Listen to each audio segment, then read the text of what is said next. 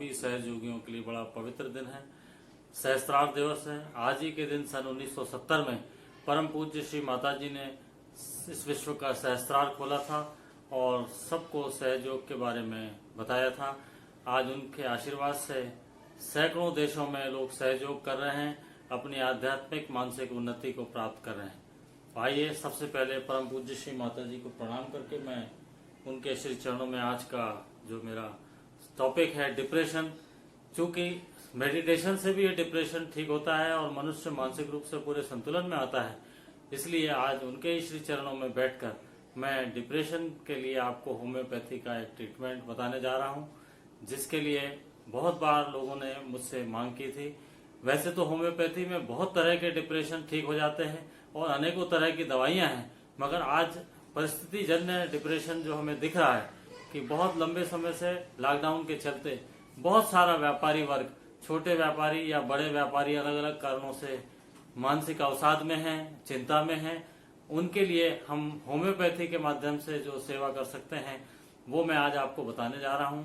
यह परीक्षित दवाइयां हैं और इस तरह के पेशेंट्स को, चूंकि होम्योपैथी लक्षण चिकित्सा है, इसलिए इस पेशेंट के कुछ विशेष लक्षण होते हैं जो मैं अभी आपके सामने रखने वाला हूं। आप इसको भी नोट करते जाएं। यदि आपके आसपास, आपके परिवार में, आपके मित्र मंडली में यदि कोई ऐसे व्यक्ति हैं जिनको आपको इस तरह के लक्षण दिखते हैं, आप उनको ये दवाइयां दें।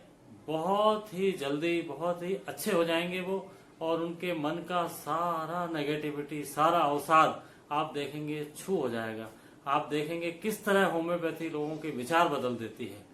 तो आइए हम पहले इसके लक्षण सुन लेते हैं। इस पेशेंट के जो लक्षण हैं, इसका सबसे पहला और प्रधान लक्षण जो है, इस व्यक्ति के मन में धंधा व्यापार इतना छाया हुआ है कि सुबह से रात तक ये सिर्फ व्यापार की बात करेगा, सिर्फ धंधे की बात करेगा।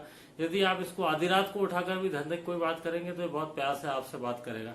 बजाय इसकी कि यदि आप इससे घर परिवार की इधर उधर की बात करेंगे तो शायद वो आपसे उतने चाव से बात नहीं करेगा जितना कि बिजनेस से। पहला, यह व्यापार की बहुत बात करेगा। आप इसके बारे में ये समझ लीजिए कि ये पक्का व्यापारी है। और डेलीरियम बिजनेस स्टॉक साफ, इसको हम होम्योपैथी में इस पर रूब्रिक लगाते हैं, डेलीरियम बिजनेस स्टॉक साफ। ये सोचता है कि यदि लॉकडाउन ऐसा ही चलता रहा तो कहीं ऐसा ना हो कि भूखों मरने की नौबत आ जाए, कैसे मैं अपने परिवार को खिलाऊंगा, पैसा ही ना खत्म हो जाए, घाटा ही ना हो जाए। इसको हमेशा पॉवर्टी का डर लगा रहता है, इसको फियर होता है पॉवर्टी का। इसके बाद इसको फ्यूचर की बहुत चिंता रहेगी।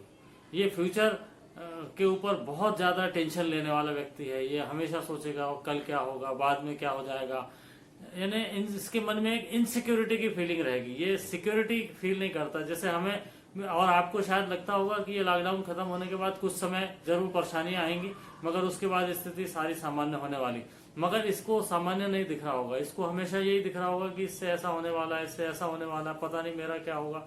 एक इनसिक्योरिटी की भावना है इस पेशेंट के मन में, जो अंदर तक समाई हुई है। इसके अलावा जब आप देखेंगे कि ये कोई चीज ठीक होने के बारे में जल्दी निराश हो जाता है। ये आशावान व्यक्ति नहीं है। हर चीज में पहले निराश पक्ष ढूंढ लेगा। ये सोचेगा नहीं, ये तो ऐसा नहीं होगा, ऐसा होगा, ऐसा नहीं होगा, ऐसा होगा। सबसे बड़ी बात, इसके मन में एक और चीज आपको मिलेगी, ये दिन भर काम करता रहेगा मगर इसको लगेगा इसने अपना काम पूरा नहीं किया। इसको हमेशा ये लगता रहता है कि ये इसने काम पूरा नहीं किया।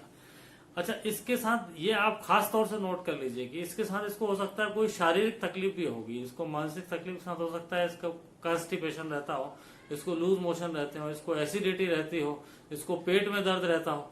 ये उन सभी लक्षणों को भी ठीक करेगा जो मैं दवाई आपको बताने वाला हूँ। ये सिर्फ एंटी डिप्रेसिव ड्रग नहीं है, ये मनुष्य की वाइटल फोर्स को, उसके सिस्टम को ठीक करने वाला ट्रीटमेंट है। यदि इसके मानसिक लक्षण हम ठीक कर सके तो समझ लीजिएगा इसकी शारीरिक बीमारी भी हम ठीक करने जा रहे हैं। और दूसरा, इस पेशेंट का एक सबसे बड़ा गुण यह है कि इसको पता तो है कि मेरे को परेशानी है और डॉक्टर के पास जाके शायद ठीक हो सकता हूं, मगर ये डॉक्टर के पास जाएगा नहीं, क्योंकि इसको पैसा भी बचाना है। ये पैसा भी नहीं खर्च करना चाहता। ऐसे पेशेंट के लिए होम्योपैथी में हमारे पास बहुत अच्छी दवाइयां हैं। आप चाहें तो लिख लीजिए। 3 मेडिसिन मैं उसको प्रिस्क्राइब करूंगा। 15 दिन उसको खानी है। 15 दिन तक लगभग आप देखेंगे कि वो अपना पूरा नेचर जो है उसके अंदर बहुत तब्दीली ला चुका होगा, बहुत पॉजिटिविटी ला चुका होगा। और यदि आपको लगे कि इसमें कुछ कसर है तो आप इसको अगले 15 दिन के लिए भी रिपीट कर सकते हैं। तो नोट कर लीजिए दोस्तों, पहली दवाई है ब्रायोनिया 30 पोटेंसी में ब्रायोनिया की 4 गोली। इसको अभी लेना है, 4 गोली 15 मिनट बाद लेना है, 4 गोली और 15 मिनट बाद लेना है, यानी कुल मिलाकर 30 मिनट में 3 डोज खत्म करना है। उस डोज के पहले 1 घंटा और उस डोज के आखिरी डोज के बाद में 1 घंटे तक इसने कुछ नहीं खाना है, यानी मेडिसिन को पूरा टाइम देना है कि वो अपना वर्क कर सके। इसके बाद मैं आपको विश्व प्रसिद्ध बायोकेमिक मेडिसिन आती है कैलीफास्फोरिकम, इसको शॉर्ट में कैलीफास भी बोलते हैं। इसको 6x पोटेंसी में लेना है और 4 गोलियां इस पेशेंट को दिन में 4 बार देनी है। इसके साथ एक लिक्विड लाना है, जेंशियाना और गोर्स, ये 2 दवाइयां BFR की मिलाकर 30 ml लानी है और इसके 6 ड्रॉप दिन में 3 बार आधा कप पानी में मिला के पीना है। कुल 3 दवाइयां हैं, जिसमें से 1 दवाई इसको एक ही दिन लेना है, बाकी 2 दवाइयां इसको 15 दिन लेना है। बहुत ज्यादा खर्चा नहीं है, ज्यादा से ज्यादा 150-200 रुपए में इसकी सारी दवाइयां आ जाएंगी और ये सिर्फ 15 दिन तक लें।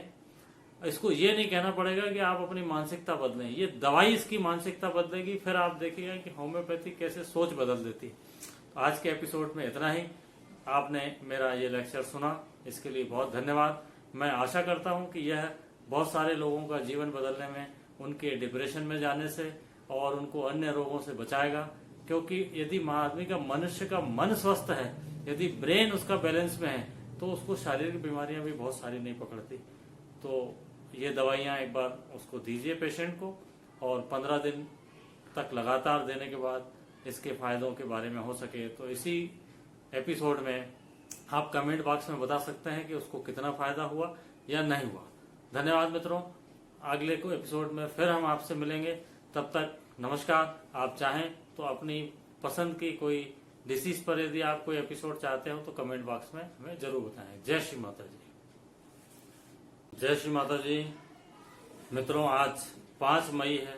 5 मई हम सभी सहयोगियों के लिए बड़ा पवित्र दिन है, सहस्त्रार्थ दिवस है। आज ही के दिन सन 1970 में परम पूज्य श्री माता जी ने इस विश्व का सहस्त्रार्थ खोला था और सबको सहयोग के बारे में बताया था। आज उनके आशीर्वाद से सैकड़ों देशों में लोग सहयोग कर रहे हैं अपनी आध्यात्मिक मानसिक उन्नति को प्राप्त